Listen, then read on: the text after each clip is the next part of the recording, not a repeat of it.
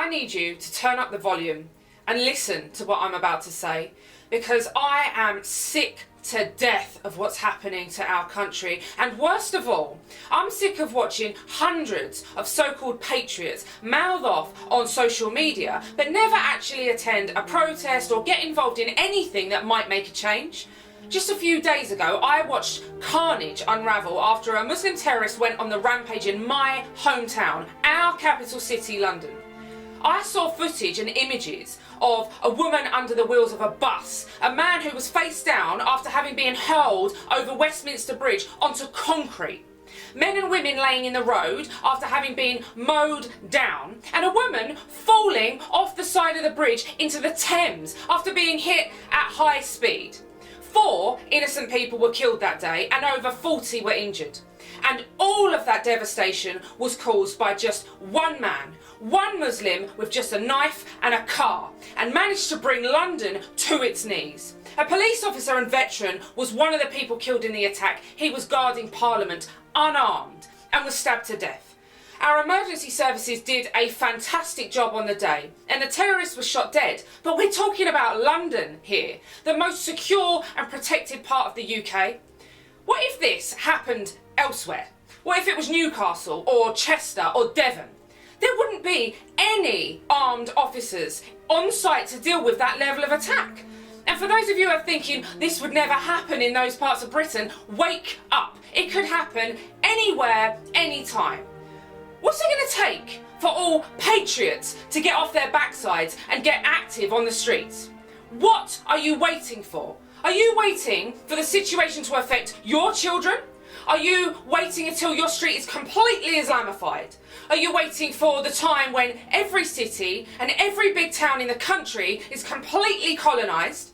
Are you waiting for the British people to be a minority in their own country? Seriously, what are you waiting for?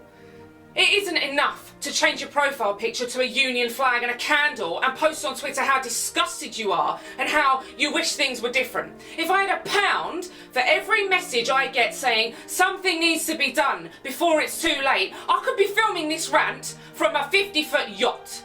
Stop thinking something needs to be done. Stop posting how disgusted you are. Stop believing that things are going to change, because they won't. This was not an isolated incident. Look across the world.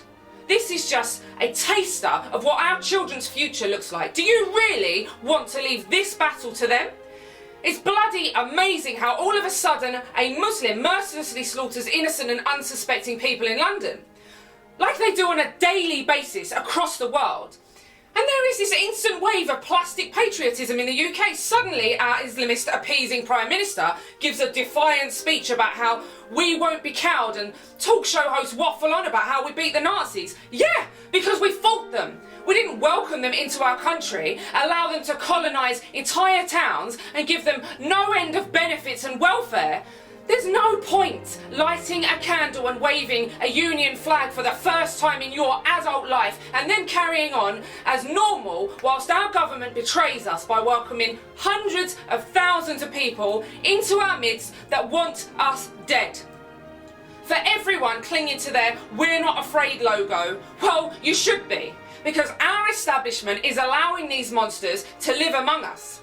And I am absolutely sick of celebrity figures harping on about how we are the British and we are strong and we won't be defeated. Yes, we bloody will. If we don't rise up now, not tomorrow, not after the next terror attack, I mean right now. I shouldn't even have to say this. Wasn't the sight of Lee Rigby laying lifeless in the street enough? Or seeing the roof blown off a London bus, was that not enough evidence that we are in danger? Like I said, it took one man, one car, one knife. There are thousands more just like him living right here among us. On Saturday, the 1st of April, Britain First will be marching in London against Islamic terrorism, and we're expecting hundreds of patriots to stand side by side with us. Let me ask you, are you going to be there? Are you going to make the effort? Do you care enough? If you do, I will see you at Charing Cross Station at 1 p.m. I hope you're there.